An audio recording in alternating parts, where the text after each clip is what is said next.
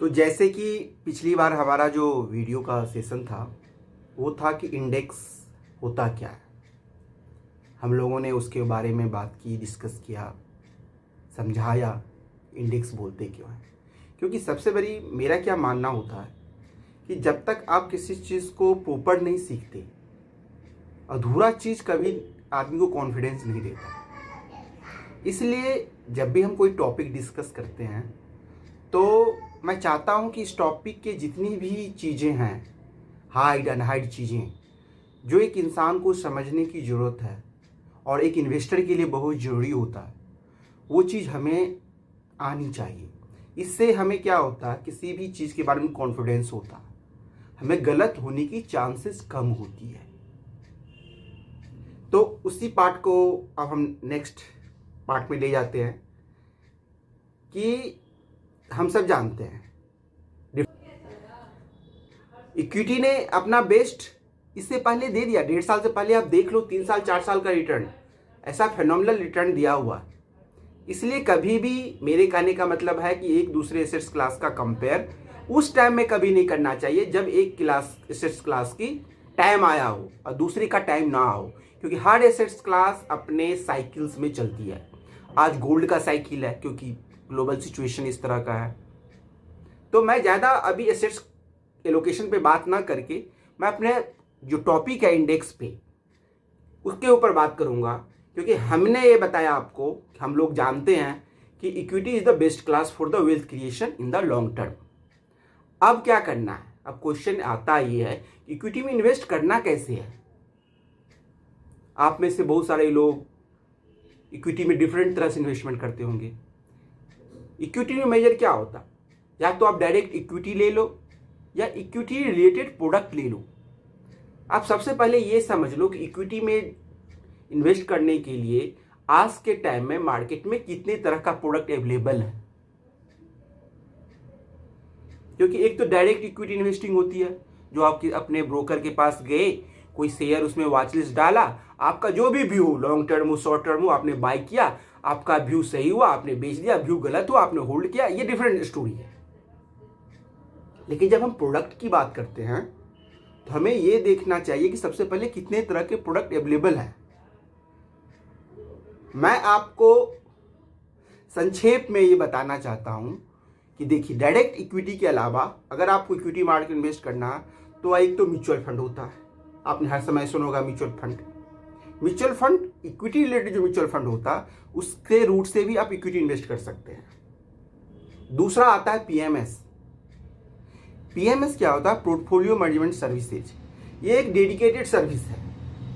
इसमें नॉर्मली जो HNI category के लोग होते हैं, क्योंकि इसकी टिकट साइज ही 50 लाख की होती है। अगर आपके पास 50 लाख रुपए नहीं है तो आप किसी पीएमएस इन्वेस्ट नहीं कर सकते हो। अब पीएमएस का परफॉर्मेंस क्या है, पीएमएस हमें इन्वेस्ट करना चाहिए कि नहीं चाहिए, ये रही दूसरी बात। इसको कभी हम इक्विटी के ही डिफरेंट क्लास में किसका क्या परफॉर्मेंस है, डेटा क्या बताती है, उस टाइम मैं बात करूंगा। क्योंकि अगर एक एक टॉपिक पे अगर हम डिटेल में जाएंगे तो हमारी वीडियो कभी खत्म नहीं हो पाएगी। तीसरी जो है वो है एआईएफ। मैं आपको समझाने के लिए बोलता हूं कि आप समझिए कितने तरह के इक्विटी के तरीके इन्वेस्ट करने के। तो एआईएफ को बोलते हैं अल्टरनेटिव इन्वेस्टमेंट फंड। इसमें भी अलग तरह कैटेगरी होते हैं, कैटेगरी 1, कैटेगरी 2, कैटेगरी 3। जो कैटेगरी 3 है एक पॉपुलर है, क्योंकि एक ऐसे इक्विटी क्लास इन्वेस्टमेंट होता है जिसमें कोई रूल्स ज़्यादा नहीं होते हैं। मतलब ये लेना ये लेना, वो जहाँ भी वो शॉर्ट भी कर सकते हैं, लॉन्ग भी कर सकते हैं, डेरिवेटिव में भी ट्रेड कर सकते हैं, क्योंकि म्यूचुअल फंड डेरिवेटिव्स में ट्रेड नहीं करती है। और एक नया एसेट्स क्लास आया है SIF, special investment fund, special category के लिए नए लॉन्च हुआ है। इसके बारे में अभी ज़्यादा पॉपुलरिटी नहीं है, जिसकी लिमिट 10 लाख है। इन सब में आपस में जो सबसे बड़ा मेजर डिफरेंस क्या है, इन्वेस्टमेंट की अमाउंट का। इक्विटी में आप 500 रुपये, इक्विटी म्यूचुअल फंड में आप 500 रुपये से भी इन्वेस्टमेंट कर सकते हो। लेकिन आप एसआईएफ में 10 लाख का है, पीएमएस में 50 लाख का है, और एआईएफ में मिनिमम 1 करोड़ का है टिकट साइज। परफॉर्मेंस पे अपने आप में एक अलग तरह की डिबेट है। आप ये मत समझना कि हम म्यूचुअल फंड में है तो इसकी परफॉर्मेंस अच्छी नहीं होगी क्योंकि 500 रुपये भी लेता है। अगर आप डेटा देखोगे तो आपको समझ में आएगी कि सबसे बेस्ट क्लास है म्यूचुअल फंड। बाकी सारे एसेट क्लास को हमेशा बेहतर ढंग से बीट किया। कैसे बीट किया है मैं आपको किसी अलग वीडियो में समझाऊंगा। क्योंकि होता क्या है ना, आप केवल इन्वेस्टमेंट रिटर्न पे ही मत देखो, आप उसकी एक्सपेंस रेशियो भी देखो। क्योंकि इन्वेस्टमेंट करने के लिए जो प्रोडक्ट होता है ना, वो आपसे चार्ज भी करती है। फिर एसेट्स का बार बार आना जाना जो होता है ना, पीएमएस जो होता है ना, वो इंडिविजुअल स्टॉक आपके नाम पे ही होता है।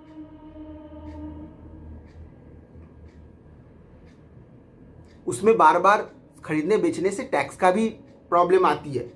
अब भले आप अपने हिसाब से इन्वेस्ट, लेकिन आपका जो फंड मैनेजर है, जो पीएमएस मैनेजर है, अगर वो कोई स्टॉक बेचता खरीदता, उस पर जो अगर गेन होगी तो आपको टैक्स उसी साल देना पड़ेगा।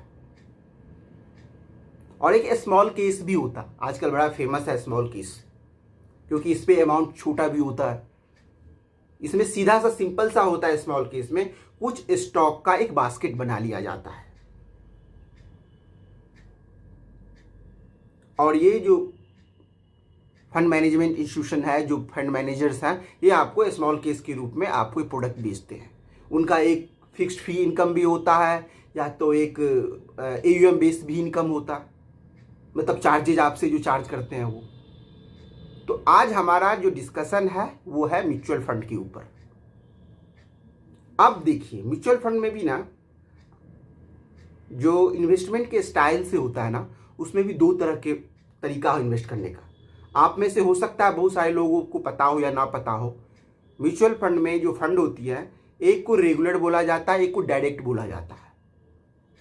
शायद बहुत सारे लोगों ने नहीं पता होगा, क्योंकि डेटा जो बताती है आज के टाइम में भी इक्विटी म्यूचुअल फंड में 80% जो इन्वेस्टमेंट है, 80% जो लोगों का अमाउंट लगा हुआ वो रेगुलर ही तरीके से लगा हुआ। सिंपल सी बात है, रेगुलर मतलब किसी इंटरमीडिएरी के थ्रू आपने कोई प्रोडक्ट खरीदा है तो इसका मतलब वो रेगुलर हो गया, मतलब जनरल हो गया।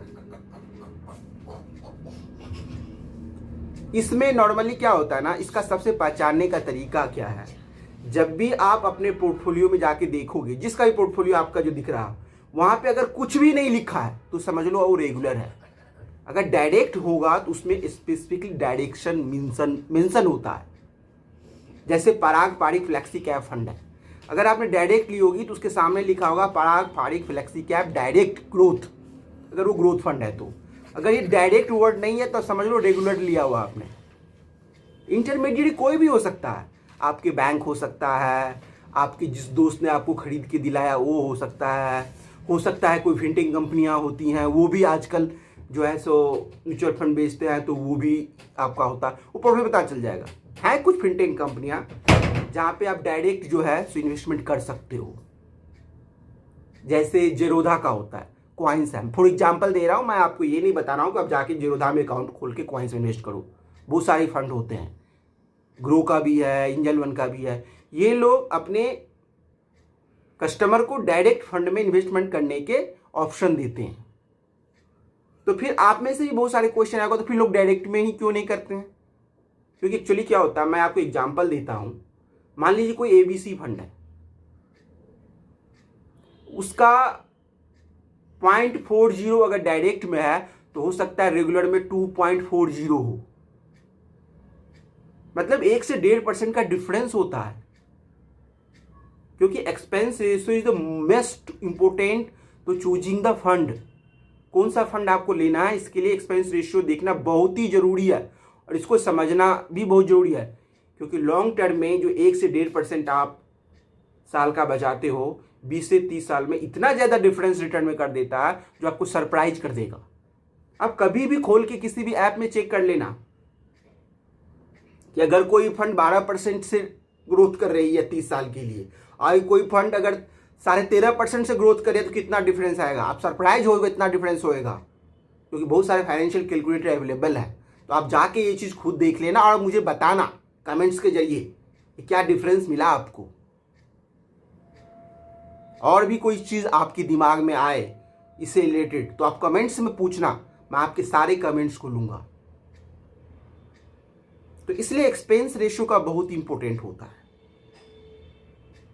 तो वही ब्रोकर कोई भी जब ब्रोकर बीच में आता है ना, तो उसको रेगुलर फंड बोलते हैं, जिसको नॉर्मल फंड बोलते हैं।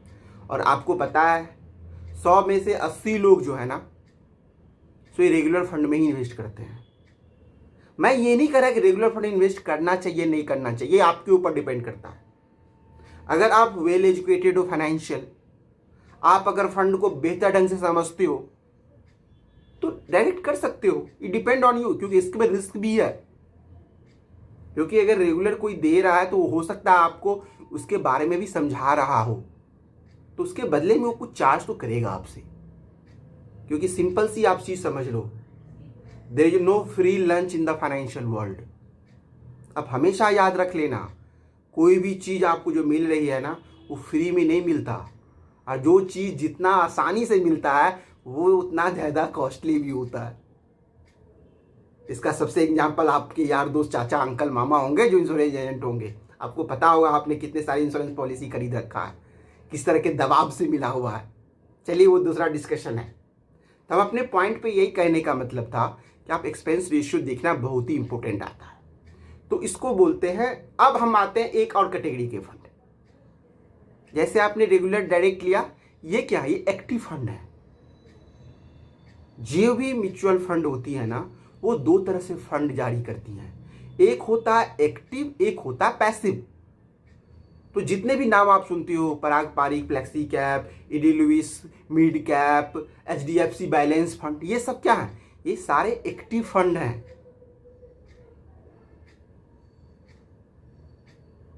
एक्टिव फंड में फंड मैनेजर अपना कंट्रीब्यूट करता है आपके लिए अल्फा जनरेट करने का। लेकिन एक चीज मैं आपको सरप्राइज होगा, शायद आपको किसी ने बताया नहीं होगा। रिसेंटली एसपीआईवीए का डेटा आया था। एसपीआई एक बड़ी वेल नाउन वर्ल्ड का ग्लोबल रिसर्च ऑर्गेनाइजेशन है। Standard and poor index versus active, इसका फुल फॉर्म है एसपीआईवीए। ये ग्लोबल की सारी दुनिया में जितने भी फंड होते हैं ना, उसको ट्रैक करते हैं। वो इंडिया को भी ट्रैक करते हैं। उन्होंने लेटेस्ट 2025 में रिपोर्ट दिया था कि इंडिया में अराउंड 73% लार्ज कैप अपने इंडेक्स को बीट नहीं कर पाता। 84% मिड कैप, स्मॉल कैप अपने इंडेक्स को ही बीट नहीं कर पाता। और ELSS केस में तो 88% था कि जो अपने बेंचमार्क को बीट नहीं कर पाता। आप में से मुझे पता है शायद 90% लोग ऐसे होंगे जो बेंचमार्क समझते ही नहीं होंगे मैं बेंचमार्क बोल क्या रहा हूं। तो आज मैं इसी बेंचमार्क पे ही तो डिस्कस कर रहा हूं। आपको जो पिछली क्लास में मैंने बताया था, नीचे डिस्क्रिप्शन में मैं वो वीडियो अटैच कर दूंगा, क्योंकि इसमें सारे वीडियो अपलोड हैं। आप इस वीडियो को देख लेना, जिससे आपको बेहतर समझ में आएगा।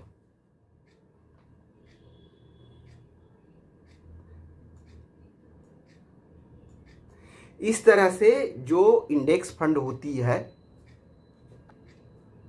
हर जो एक्टिव फंड होता है अपने एक बेंचमार्क को फॉलो करता है। जैसे फ्लेक्सी कैप फंड है, S&P 500 के S&P 500 BSE जो 500 है हमारा इंडिया का, उसको S&P BSE 500 इंडेक्स बोलते हैं। जैसे निफ्टी 500 होता है, वैसे फंड होते हैं ये।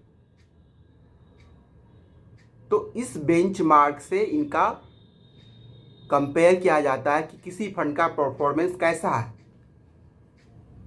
और उससे हमें ये डिसाइड करना होता है कि फंड ने अच्छा परफॉर्म किया या नहीं किया। क्योंकि सबसे बड़ी चीज क्या होती है ना, हम में से बहुत सारे लोग होते हैं बोलते हैं हमने 10% बनाया, हमने 20% बनाया, हमने 25%, क्योंकि हमारा म्यूचुअल फंड। हमें ये नहीं समझ में होता है कि क्या वो फंड बेंचमार्क को बीट भी कर रहा है कि नहीं कर रहा। क्योंकि अराउंड 90% जो डेटा मैंने आपको बताया है, 90% फंड जो है सो अपने बेंचमार्क को ही बीट नहीं कर पाता है। ये पब्लिक डोमेन में डेटा है।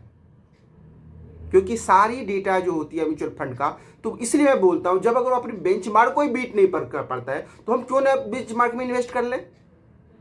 आपके पास ऑप्शन तो है बेंचमार्क में इन्वेस्ट करने का। आज वही मैं बताने जा रहा हूं आपको कि आप बेंचमार्क में इन्वेस्टमेंट कैसे करें। इसीलिए मेरे इंडेक्स समझाने का मतलब था कि इंडेक्स आप समझ जाओगे तो आपको कॉन्फिडेंस आएगा कि मैं बोल क्या रहा हूं। इस तरह से आपकी इन्वेस्टमेंट जर्नी शुरू होगी। और अगर आप बेंचमार्क में इन्वेस्ट करते हो तो वैसे भी 90% से ज़्यादा आपका परफॉर्मेंस हो गया। क्योंकि बेंचमार्क क्या होता है, बेंचमार्क में इन्वेस्टमेंट करने के दो तरीके होते हैं, या तो आप ETF में ले लो या तो इंडेक्स फंड ले लो। आपने सुना होगा इंडेक्स फंड और ETF बहुत पॉपुलर है, बहुत सारे लोग बोलते हैं इंडेक्स फंड में ETF में डालते हैं। इंडेक्स फंड क्या होता है, ये पैसिव फंड है। उसी फंड का ETF भी होता है। ETF इंडेक्स फंड में डिफरेंस क्या होता है, दोनों म्यूचुअल फंड ही है, आप पहले ही समझ लो ये दोनों म्यूचुअल फंड में ही आते हैं। ये दोनों को किसी म्यूचुअल फंड कंपनी ही इशू करती है। जैसे बड़ा फेमस फंड है निफ्टी ETF, निफ्टी 20 ETF, वो क्या है, निप्पॉन इंडिया का एक ETF है। मैं जो भी, आप एक चीज़ हमेशा याद रखना, मैं जिसका भी नाम लेता हूँ वो एक एजुकेशनल पर्पज से बोल रहा हूँ। आप ये मत समझ लेना कि मेरा कोई एडवाइस है कि इसमें इन्वेस्ट करो। तो आपको रेफरेंस के लिए, आपको समझाने के लिए ही मैं किसी का नाम लेता हूँ। जैसे निफ्टी 20 है, वो क्या है, वो एक ETF है, दोनों को किसी म्यूचुअल फंड कंपनी ही इशू करती है। जैसे बड़ा फेमस फंड है निफ्टी ETF, निफ्टी 20 ETF, वो क्या है, निप्पॉन इंडिया का एक ETF है। मैं जो भी, आप एक चीज़ हमेशा याद रखना, मैं जिसका भी नाम लेता हूँ वो एक एजुकेशनल पर्पज से बोल रहा हूँ। आप ये मत समझ लेना कि मेरा कोई एडवाइस है कि इसमें इन्वेस्ट करो। तो आपको रेफरेंस के लिए, आपको समझाने के लिए ही मैं किसी का नाम लेता हूँ। जैसे निफ्टी 20 है, वो क्या है, वो एक ETF है, उसी का एक निफ्टी इंडेक्स फंड भी है। तो ETF क्या होती है, ETF हमेशा रियल टाइम ट्रेड होती है। जैसे आपके स्टॉक है, जैसे HDFC बैंक है, आप जाते हो, जब भी मार्केट खुलता है मार्केट बंद होता है उसका प्राइस चेंज होता रहता है। क्यों, वो एक्टिव है, हर बार लोग लेने आते हैं, हर वक्त लोग लेने जाते हैं। ETF भी वैसे ही होता है। ETF मतलब जैसे निफ्टी 50 का ETF है, आप देखते हो निफ्टी 50 का जो इंडेक्स होता है हर वक्त चेंज होता है, कभी 200 पॉइंट नीचे, कभी 200 पॉइंट ऊपर, कभी 50, कभी 25, हर वक्त वो आगे पीछे चलता है। अगर आपको उस तरह से आगे पीछे चलते हुए इन्वेस्ट करना है तो आपको ETF में आना पड़ेगा, क्योंकि इंडेक्स तो आपको पता है, उसी को इन्होंने इंडेक्स में इन्वेस्ट करने का तरीका बना दिया। तो नॉर्मली ETF इंडेक्स में लोगों की इन्वेस्टमेंट करने का जो रीजन होता है ना, उसका वजह होता है कि उसका एक्सपेंस रेशियो, खर्चा, किसी भी चीज़ को खर्चा करके मैनेज किया जाता है। वो खर्चा कोई और नहीं देता, वो आपसे वसूल की जाती है, भले आपको पता हो या पता ना हो। तो यही बताने के लिए मैं आया था कि वो जो खर्चा होता है ना, उस वजह से सबसे बड़ा रीजन होता है ना, वो जो एक्सपेंस होता है उसको फंड मैनेजर उसका बीट नहीं कर पा रहे। तो ठीक है ना, ऐसा चीज हम चुने जैसा बहुत ही कम एक्सपेंस हो। आपको पता है निफ्टी 20 ETF जो है उसकी एक्सपेंस रेशियो कितना है, शायद 0.03 या 0.4 होगी। आप समझो तो है ही नहीं, ये तो कोई एक्सपेंस ही नहीं हुआ 0.0403। लेकिन हमेशा एक चीज याद रखना है, कुछ चीजें मैं बताऊंगा आपको कि ETF में इन्वेस्ट करने से पहले क्या देखना है, क्योंकि बिना सावधानी आप कुछ भी इन्वेस्टमेंट करोगे ना तो आपके गलत होने की या गलत प्राइस पे लेने के चांसेस होते हैं। तो जब भी हम जब एक्टिव फंड मार्केट को बीट नहीं कर पा रहा है तो आप तो फिर जो है सो एक्टिव फंड में क्यों, तो हम पैसिव फंड में आ जाते हैं। हाँ, अगर आपके पास पूरा एजुकेटेड है, आप अच्छे तरह से समझ सकते हैं कि मुझे किस में इन्वेस्ट करना है, किस में इन्वेस्ट नहीं करना है, तो फिर आप डायरेक्ट म्यूचुअल फंड में जा सकते हैं। लेकिन हर चीज़ का अपना फायदा है, क्योंकि आज के टाइम में ना अगर आप देखोगे तो लोगों की एवरेज पीरियड ही 2 साल की है। मतलब इक्विटी एक ऐसी एसेट्स क्लास है जिसमें कहा जाता है मिनिमम 5+ होनी चाहिए। कुछ तो बोलते हैं कि 10 साल तक का अगर आपका व्यू ना हो तो इक्विटी में नहीं आना चाहिए, क्योंकि मार्केट ने 8-8 साल 9-9 साल तक अंडर परफॉर्मेंस दिया है, कुछ दिया ही रिटर्न नहीं। तो उस टाइम में तो 9 साल के बाद भी अगर आप उसी पोजीशन पे हो, अगर 1 लाख रुपया 1 ही लाख रह गया तो क्या फायदा फिर। एफडी में तो 8% 9% के हिसाब से आप सोच लो कितना हो जाता पैसा, लगभग डबल के पास पहुंच जाते। क्योंकि ये मार्केट कुछ भी एक्सपेक्टेड नहीं होती मार्केट में, लेकिन ये है कि मार्केट में रिटर्न जो है सो लॉन्ग टर्म वाले के लिए हमेशा पॉजिटिव रहा है। मतलब फिक्स्ड इनकम को एक अच्छे डिफरेंस से उसने बीट किया है। क्योंकि किसी भी चीज़ का रिटर्न आप कैसे कंपेयर करते हो, एक होता है रिस्क फ्री रिटर्न, जो आप लोग समझो बैंक की एफडी। वैसे नॉर्मली बोला जाता है कि सेंट्रल गवर्नमेंट की जो 10 ईयर बॉन्ड की जो यील्ड है ना, उसको रिस्क फ्री रिटर्न बोला जाता है, क्योंकि वहां पे कोई रिस्क नहीं है। सेंट्रल गवर्नमेंट के बॉन्ड में कोई रिस्क नहीं है। जैसे आज के टाइम में 6.5% चल रहा है, वो थोड़ा आगे पीछे फ्लक्चुएट होता है, आरबीआई की पॉलिसी होती है, रेपो रेट के हिसाब से डिसाइड होता है। अगर आरबीआई रेपो रेट डाउन करेगी तो उसकी बॉन्ड की यील्ड भी डाउन होगी। अगर आप रेपो रेट बढ़ेगी तो नया मतलब जो नए फ्रेश इशू होंगे बॉन्ड, मैं उसकी बात कर रहा हूँ। क्योंकि ये तो आपको पता होगा, कि मैं आपको समझा के बताऊंगा कि कैसे आरबीआई का रेपो रेट इंटरेस्ट यील्ड के साथ उल्टा का रिलेशन होता है। आरबीआई रेट कम करती है तो यील्ड बढ़ता है, क्योंकि वो ऑलरेडी इशूड होता है। किस दिन मैं प्रॉपर से समझाऊंगा। तो हम अपने टॉपिक पे आते हैं कि जो एक्सपेंस का वही मतलब समझ लो जैसे 2% आप देना पड़ रहा है आपको, इसका मतलब हो गया अगर आप 1 लाख रुपए लगा रखे हो तो आपको 2,000 रुपये तो चार्जेज चले गए। अगर उसने 10% परफॉर्म किया तो 2% तो चार्जेज निकल जाएंगे उसमें। लेकिन अगर आप उसी चीज को इंडेक्स में लेके आओगे, आप सपोज करो इंडेक्स का किसी का मैक्सिमम मान लो 40 पैसा, एग्जाम्पल के लिए ले लेते हैं, 400 रुपये ही तो है 1 लाख पे। कहाँ 1 लाख पे 2 से 2.5% नॉर्मली होते हैं, 2.5-3% भी होते हैं। जो रेगुलर प्लान होता है उसमें 3% भी देखा गया है बहुत सारे। तो वैसे ही आपका 3,400, अगर आप हर साल इतना पैसा बचाओगे, वो री इन्वेस्ट होगा तो ऑब्वियसली कंपाउंडिंग का बेनिफिट मिलेगा आपको लॉन्ग टर्म में। लेकिन इसके बारे जो सावधानियां हैं मैंने आपको बताया, उसको आप समझ लेना। तो हम अपने आते हैं कि जो इंडेक्स फंड होता है ना, उसमें कैसे इन्वेस्ट करें। देखिए, इंडेक्स फंड में इन्वेस्टमेंट करने का तरीका है, आप इंडेक्स ही खरीद लो।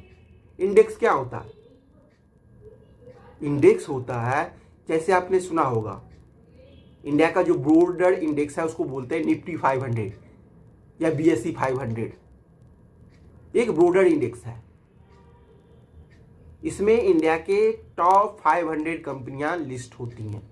जो मार्केट कैप के हिसाब से जो उनका फ्री फ्लोट होता है वही कंपनियां आती हैं। और हमें से ज़्यादातर लोग बोलते हैं इंडेक्स के नाम पे उनकी भौं से गुड़ जाता है, यार इंडेक्स लेने का क्या मतलब, पूरा तो जंगल है। नहीं, आप गलत सोचते हो। Index is the best momentum investment. आप बोलोगे कैसे? इंडेक्स जो है सबसे बेस्ट म्यूचुअल फंड है, क्योंकि आप इंडेक्स इन्वेस्टिंग कर रहे हो ना। क्योंकि इंडेक्स में क्या होता है ना, इंडेक्स का सीधा नियम है, आप रेलिवेंट रहोगे तो आप इंडेक्स में रहोगे, आप इररेलेवेंट हो जाओ तो इंडेक्स से बाहर निकाल दिया जाएगा। क्योंकि इंडेक्स बनाने की स्ट्रेटजी ही ऐसी है। और पिछले वीडियो में आपने समझा इस चीज को, तो मैं दोबारा से उसको रिपीट करने की जरूरत है नहीं। तो अगर आप परफॉर्म नहीं करोगे, आपने अगर सपोज करो आपने 10-20 स्टॉक खरीद लिए, आप क्या करते हो? परफॉर्म नहीं करता, उसको कैरी करते रहते हो, या कब वापस अपने जगह आ जाएगा, कब वापस। आपको पता है इंडेक्स क्या करेगा? 6 महीना अगर परफॉर्म नहीं करेगा तो नेक्स्ट महीने, जो हर 6 महीने में इसकी एडजस्टमेंट होती है, नेक्स्ट 6 महीने में उसको ना लिस्ट में ले आएगा, रिमूविंग लिस्ट में। तो हो गया अपने आप एडजस्टमेंट, आपको कुछ भी नहीं पता चला। इंडेक्स ने अपने आप को एडजस्ट कर लिया उस हिसाब से।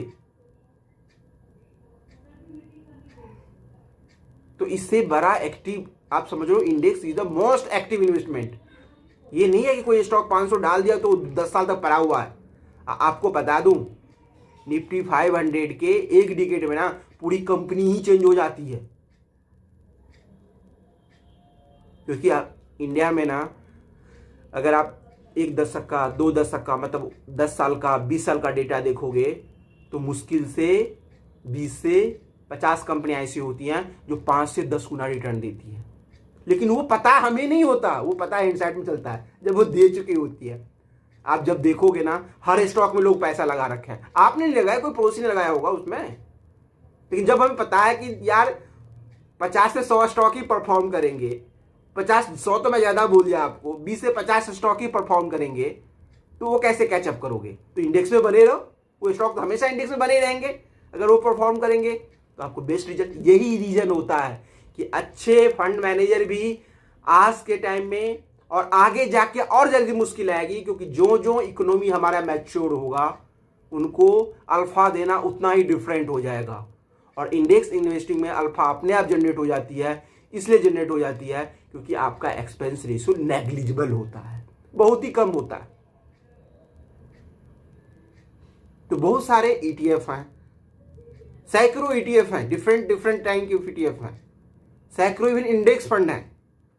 तो सबसे बेस्ट तरीका है आप एक डाइवर्सिफाइड इंडेक्स फंड में इन्वेस्टमेंट कर लो।